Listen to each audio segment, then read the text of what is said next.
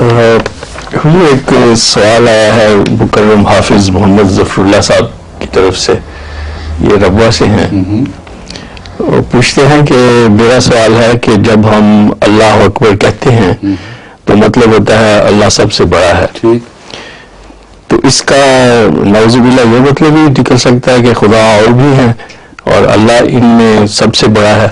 آپ وضاحت فرمائیں۔ تو خوب دور کی سوچنے والی بات ہے۔ اللہ سب سے بڑا ہے، ہر چیز سے بڑا ہے، ہر خدا سے بڑا نہیں۔ خدا تو ہے ہی کوئی نہیں اس کے سوا، اس سے بڑا چھوٹے ہونے کی بحث ہی کوئی نہیں آتی۔ اللہ لا الہ الا ہو، الہ کی نفی جب ہو چکی ہے واضح، تو مقابلے میں الہ آتا ہی کوئی نہیں، تو اس لیے ہر چیز جو خدا کے سوا اس سے بڑا ہے۔ ٹھیک ہے، ٹھیک ہے۔